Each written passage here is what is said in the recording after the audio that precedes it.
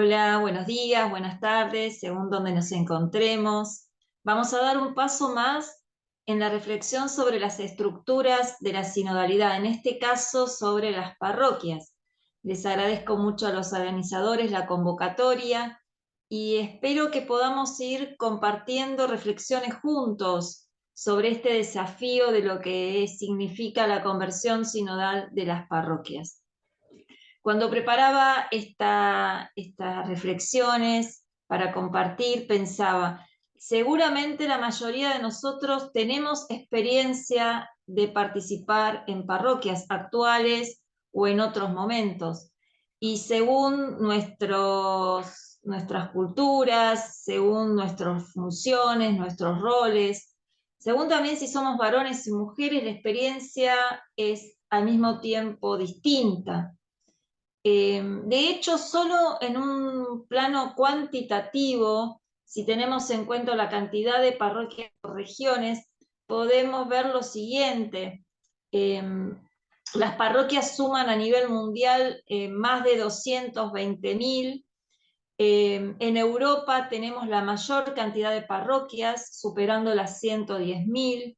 En América y en el resto de los continentes un número baja considerablemente. En América Latina tenemos cerca de 40.000, en Asia más de 25.000, en Norteamérica poco más de 20.000, en África menos de 20.000 y en Oceanía cerca de 2.500.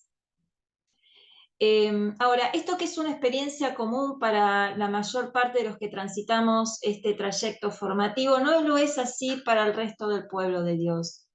Tenemos todos conciencia y la comunidad eclesial que reflexionó en el último sínodo 2023 nos recuerda que especialmente son los jóvenes los que no están presentes en las comunidades. Nos dice, muchos jóvenes han abandonado los espacios físicos de la iglesia a los que intentamos invitarlos. Se trata de un tema sobre el cual hay que reflexionar pastoralmente. Bien, podemos afirmar entonces que la parroquia como institución atraviesa una verdadera Pascua. Muchos han declarado su muerte está declarada por las dinámicas urbanas, por las dinámicas digitales, por la escasez de sacerdotes, también por procesos más que podemos llamar positivos, como la experiencia de pequeñas comunidades, de experiencia de los movimientos, de los nuevos carismas que nuclean a las personas en otros ámbitos más personalizados. Ahora bien, si bien no podemos identificar la dimensión territorial de la parroquia como exclusiva, es decir, que ya el derecho canónico prevé que haya parroquias personales, y que esto es muy bueno de recordarlo porque nos puede servir para acompañar poblaciones específicas. Pienso ahora en el caso de los migrantes, un proceso que en el siglo XX, pero ahora en el siglo XXI se extiende a lo largo del planeta. Lo cierto es que la mayoría de las parroquias son territoriales. Y esto a veces se pone como en segundo plano, se dice que a raíz de las dinámicas urbanas o a raíz de las dinámicas digitales no hay que tomarlo tanto en consideración. Sin embargo, a mí me parece importante recordar que tanto la espacialidad como la relacionalidad son constitutivos de la humanidad, son constitutivos de las personas. Entonces, a mí me gustaría retomar esas dos dimensiones para repensar la conversión de las parroquias. El mismo Papa Francisco nos invita a pensar en esta conversión y en parte la conversión puede ser pensada bajo estos términos. Hay un dato interesante que es que por fuera de la Biblia el concepto de parroquia en el griego significa vecindad, pero en términos bíblicos significa ser extranjero. ¿Cómo pueden ser estos dos conceptos que parecen antagónicos? Bueno, en el Nuevo Testamento se resignifica y los autores, por ejemplo, Carlos María Galli los resignifica, iba a decir, somos vecinos, pero en una tensión escatológica hacia el cielo nuevo, la tierra nueva, entonces que nos da una cierta extranjeridad con respecto al entorno en el cual vivimos. Que eso no significa despreocuparse del compromiso histórico, como vamos a ver más adelante. Bien, si tengo que pensar en qué sentido se tiene que convertir la parroquia, voy a proponer 4 ejes. Pienso que la parroquia en primera instancia se tiene que reconvertir de pensarse como única y como última referencia a percibirse como una comunidad entre otras comunidades diocesanas, entre otras comunidades carismáticas y de movimiento. Eso la va a ayudar a comprender que las actividades, los vínculos, las tareas asociadas a esos compromisos más zonales o diocesanos no son un extra de la parroquia, sino que son una dimensión constitutiva. Y que esta dinámica entre parroquias, entre diversas comunidades, es algo que, lejos de alejarla de sus objetivos, lo favorecen, la ayuda en la tarea evangelizadora, la ayuda en su experiencia comunitaria. En esto pienso en particular en el eje de compartir los bienes, ¿no? Como comunidades diocesanas, entre diversas comunidades, la importancia de descubrir que no estamos como última referencia en la iglesia local. En el segundo eje me parece muy importante que la parroquia, de percibirse como homogénea y centralizada, se descubra como una comunidad de pequeñas comunidades, sean estas comunidades de base, capillas, movimientos, etc. Es decir, la necesidad de que la parroquia no trate de ser una comunidad de individuos, sino que descubra que esos individuos ya tienen redes de vínculos, redes de relaciones, que conforman pequeñas comunidades y que hay que respetar esas identidades, esos tiempos, esas culturas propias de esas pequeñas comunidades. En tercer lugar, me parece muy importante que las comunidades parroquiales tengan experiencia de ser comunidades de puertas abiertas, que lejos de concebirse como exclusivas, se perciban en diálogo fecundo con el resto del pueblo de Dios. Y a esto apunta un poco el Papa Francisco cuando insiste en la dimensión de santuarizar las parroquias. Esto es, ser una casa de puertas abiertas, donde el pueblo de Dios siempre se siente bien acogido, donde puede expresar su fe, donde lo puede hacer en un sentido también popular, en ese sentido fuerte del pueblo de Dios, donde puede expresar su espiritualidad popular, entre otras comunidades, entre otras espiritualidades.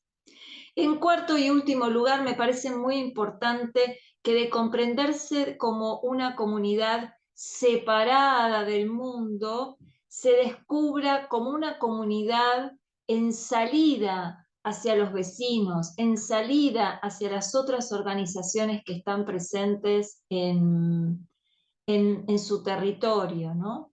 Eso me parece que es muy importante porque la ayuda a descubrir cómo ella puede colaborar junto a otras religiones, junto a otras denominaciones cristianas, cómo puede colaborar para que la casa común sea una casa buena para todos, donde en lo concreto los más pobres y sufrientes se sientan recibidos y sienten que salimos al encuentro de ellos y que nos preocupa y nos ocupa su dignidad. Una iglesia que se descubra profética, que sepa denunciar las injusticias en sus territorios, pero que también sepa anunciar propositivamente y con el testimonio cómo se da una comunidad que trabaja por el bien común, que trabaja por la paz, que trabaja en contra de la violencia. Confiamos en que estas conversiones en las experiencias de comunidad misionera que pueden llegar a ser las parroquias, se vayan consolidando. Tenemos muchos lindos testimonios a lo largo del mundo, pero queremos afianzar más esta cuádruple conversión. Ahora bien, esta conversión sinodal de la Iglesia necesita encontrar mediaciones. ¿Cómo hacer para que se den estos 4 giros, ¿no? Y voy a proponer también 4 mediaciones a modo de signos y de instrumentos de la sinodalidad, es decir, ver estas mediaciones como un verdadero sacramento de la sinodalidad. El primero no se corresponden con las anteriores, sino que son transversales a las anteriores.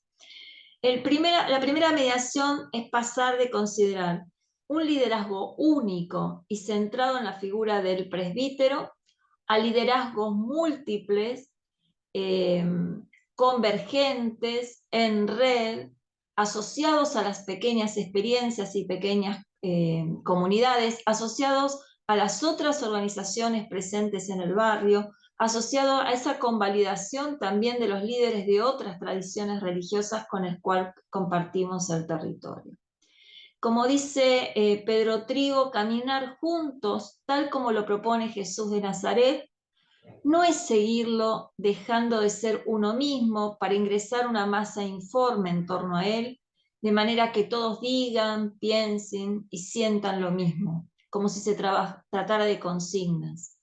Existe certeza histórica de que ese no fue el tipo de liderazgo de Jesús. Buscaba que la gente le echara cabeza a sus propuestas y que decidiera por sí misma.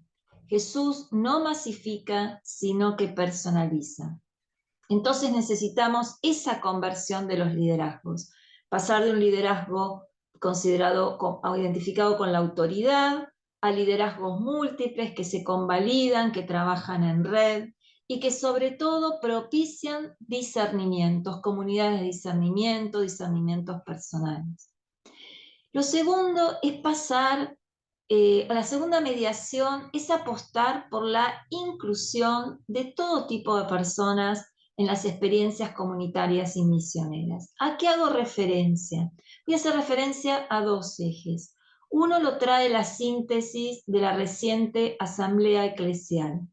Es pensar en la inclusión y especialmente en la inclusión en los órganos de participación, como los consejos, tanto económicos como pastorales, de personas que transitan experiencias e identidades de género diversas o que tienen situaciones convivenciales, vocacionales de irregularidad.